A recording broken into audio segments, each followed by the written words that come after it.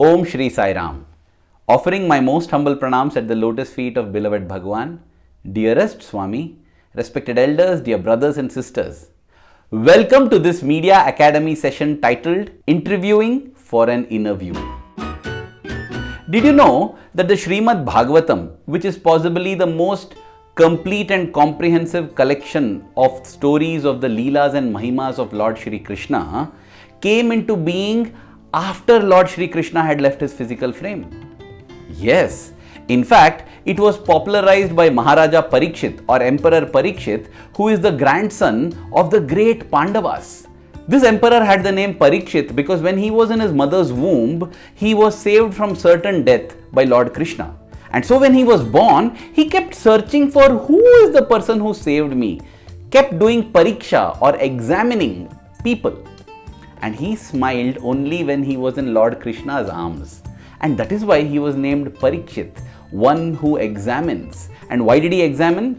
He examined because he wanted to discover his Krishna, his Lord.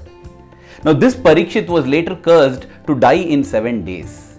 At that time, he found his salvation by listening to the Srimad Bhagavatam. He spent 7 days listening to the stories and glories of Lord Krishna. And he was emancipated, he found salvation. Now, why am I telling you the story of Parikshit?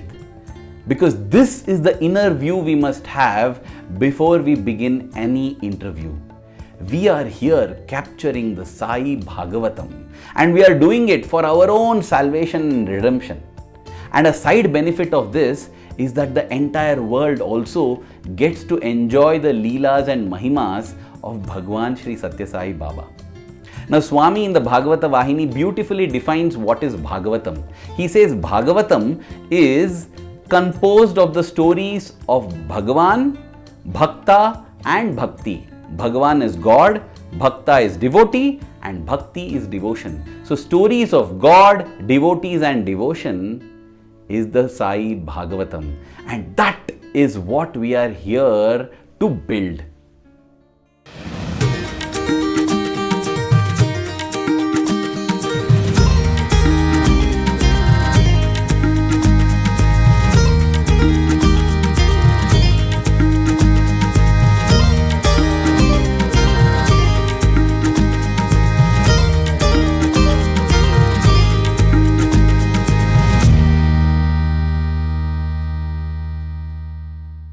He came and tumbled on that thing and he fell down, Swami. And then he collapsed and he went into trance. He was shivering all hands, and we were as kids, started shivering, and we were all in a daze. What is going to happen to this? After some time he got up and he said, I had gone to save one of my devotees in Assam who was traveling in a car, and his car came down into a trench, and then I had to go and stop that and see all these bruises on the hand. Swami in the evening used to go tea time to surrounding places, all hilly areas and all those things, and all sheet rock places. We sat there, and at it then somebody forgot to. We always carry a cane basket with the fruits, one jug with the water, jug with the coffee for Swami, with a silver tumbler and a number of towels and all those things. Then somebody didn't. There is a prasadam ledu. Then what the Swami said, sir, it's okay. And he sat that side, and he had that towel, that hanky always with him. And he spread it on the floor, and there was some rock about 6 and 9 inches, small thing. He kept it in that, and he wrapped that rock and put it like this, hit it on the ground, and opened it, and they were Kalakhand, Misri. What do you call it? Sugar candy. I actually knew Swami was in a dream. I don't know Swami, because of my culture, my race, my religion. I had a dream of a man, an Afro man, in a yellow t-shirt, long t-shirt, till his legs. And so 2 consequent days I've had this dream. So he would walk, and then he's like taking my hands, and then he's showing me the flowers in the garden. How old were you this time? I was 13. And so that dream. So I woke up. I'm very quiet. I keep a lot of things to myself, and I never told anyone. For me, service is important. No, it doesn't matter where I do service. Doesn't matter, I do it in the temple, the mosque, the church, anywhere. This happened. So I went back home very happy. Next week I called her this time. I said, look, I'm coming. Is that happening? She said, yeah, it happens. So this time I went much earlier, set it up, the tables and everything and all that. So after this seva finished, she said, do you want to come upstairs, second floor, to the hall? We are having bhajans. So I'm thinking, what bhajans? And in the movies I've heard, bhajans, they play some music and all that. So I said, okay, I'll come. Because after that, they give us food. So I said, oh, I like this Indian food, I'll come. So I went up and the door opened. No? It's an air-con condition, like a wedding hall. So she went in front, my friend went in, I opened the door and I entered. I saw Swami, right? A picture in the altar, right? And then I got a shock. By the way, that first clip that you saw is from our 6-part series called Raja Meets Maharaja, which is there even now on the SSSIO's YouTube channel. Do visit and enjoy it. Now, when you watched these, didn't you feel touched at the level of your heart? This is what I mean by capturing the Sai Bhagavatam. But how do we get the people ready in a state where they will open up their heart so that our hearts and everybody else's hearts also can be touched? The first and most important thing is for us to have genuine interest. We should yearn and crave to find Swami. Just like Parikshit kept examining everyone, right? Where is my Krishna? Where is my Krishna? We too should look at everyone and everything as, where is my Sai in this? Where is my Sai in this? When that interest and genuineness is there, believe me, dear brothers and sisters, Sai will manifest. Just as Parikshit found Krishna's smile, we will also find our Sai smile in the volunteers, in the little children, in the adults, in the elders, in everyone. That Sai will ooze out and we will be able to capture the Sai Bhagavatam.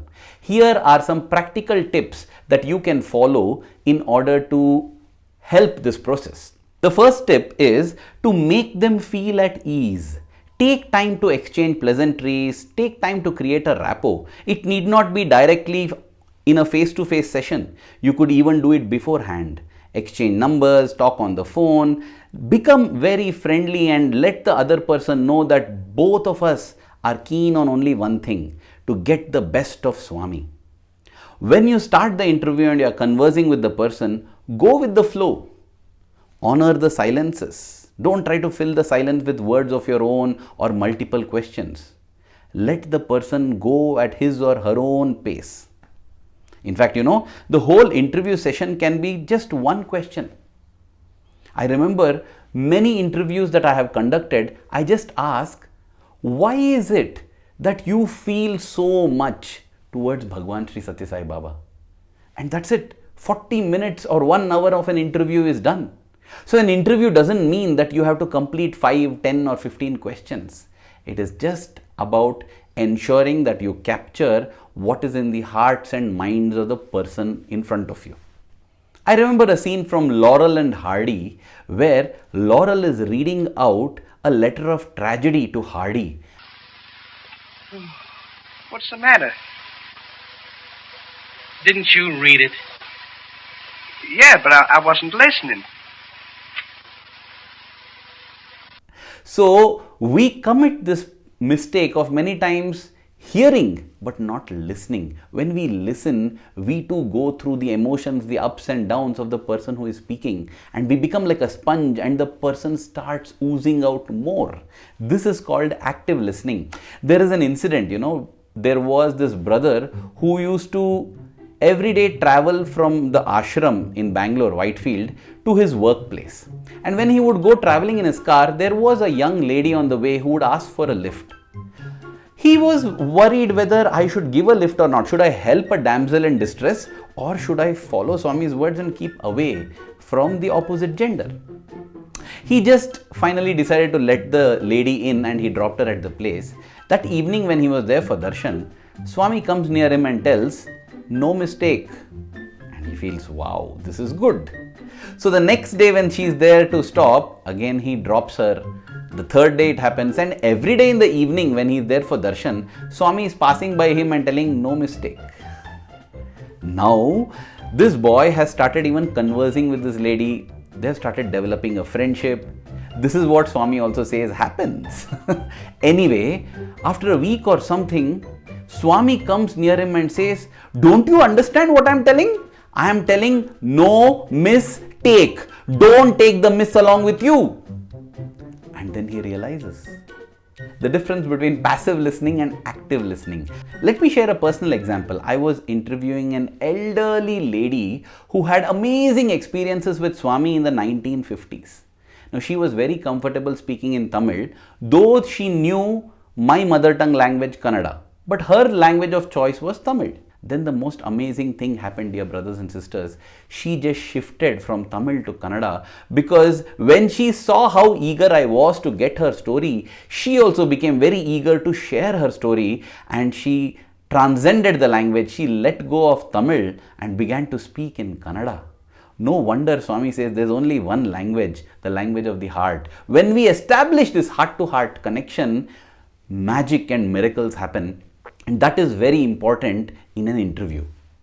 Now let us move to the types of questions that you can ask in order to ensure the interview is successful. The first kind is closed question. A closed question is a question for which there is a single word or a few words answer, or a simple yes or no as an answer. Think of Swami in the interview room or on the veranda coming and asking, where did you come from? Paraguay, Russia, America, Australia, Bangalore, Bombay. Just one word answer. When did you come? Yesterday. Or else in the beginning of the interview, Swami will ask, do you want vibhuti? Yes, Swami. Who will say no? Here's another example. Which color is this? Green. Maybe my glasses. If I can see very well at all.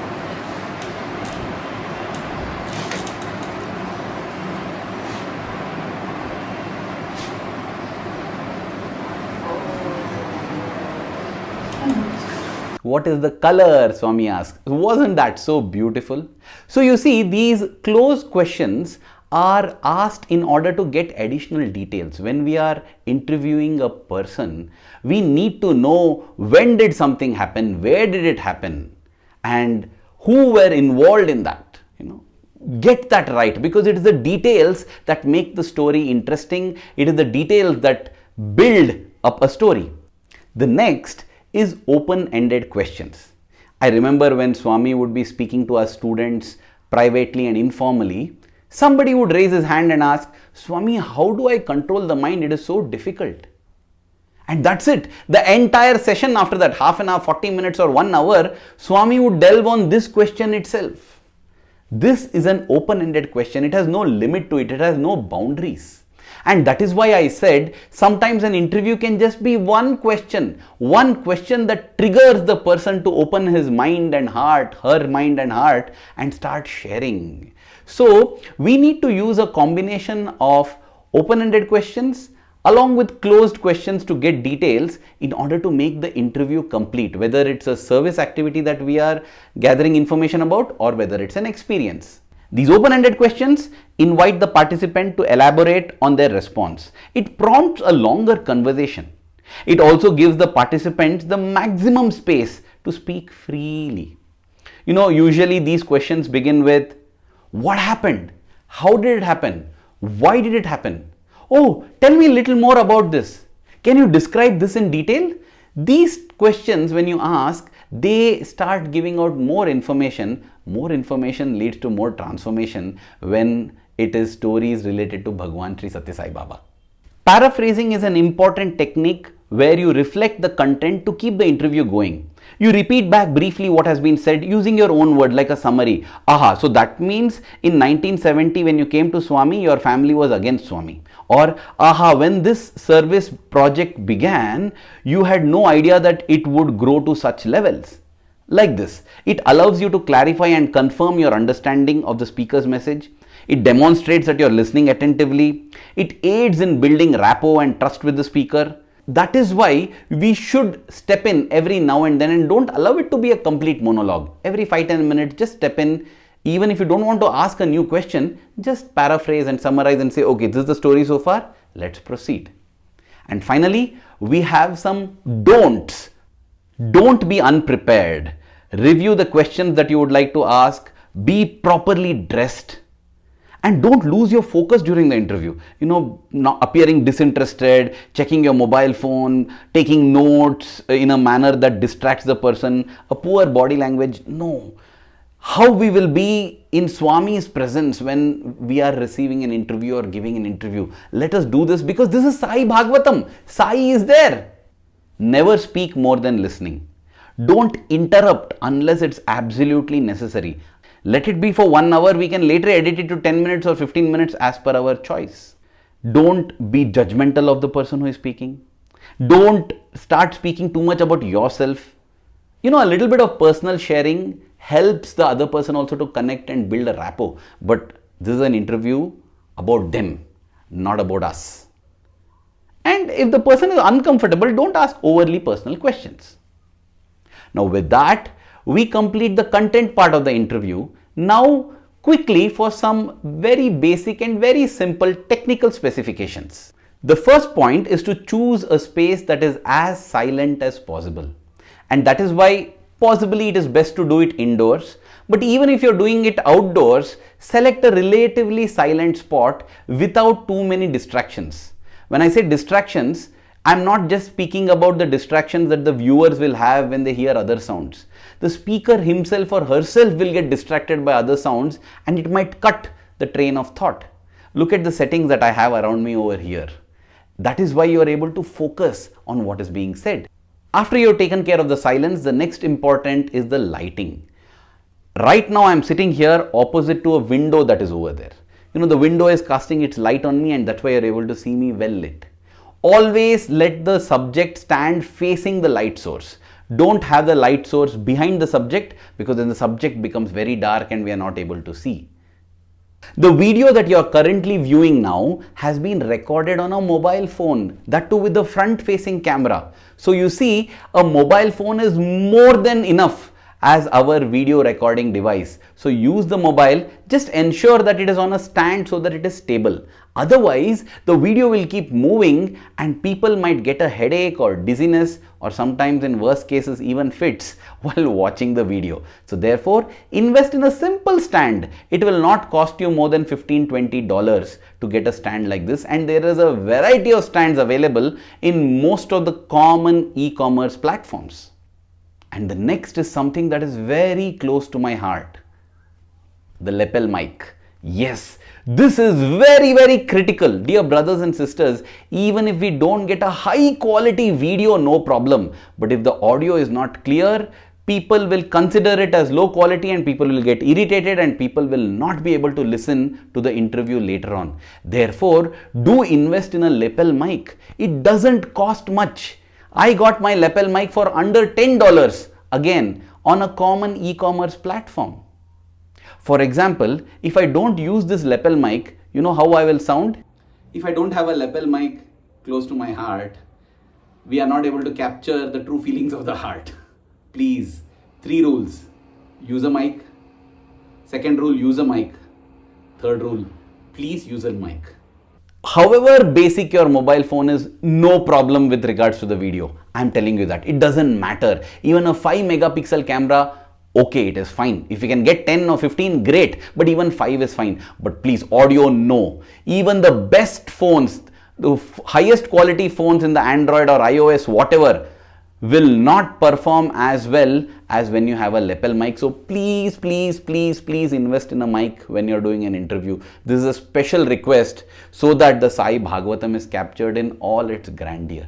Dear brothers and sisters, apart from these, there are other technical aspects about framing, composition, etc., which will be covered in detail during the video presentation. I would like to conclude by saying this is a great opportunity that Sai has given us to be part of the Sai Bhagavatam, and this is a way we can find salvation and redeem our own lives. Let us remember that is the reason why we are doing it, and then this presentation has taught us how we should do it. All the best. Dear Swami, give us the strength and resources to go ahead and become documenters of your Bhagavatam. Thank you. Jai Sai Ram.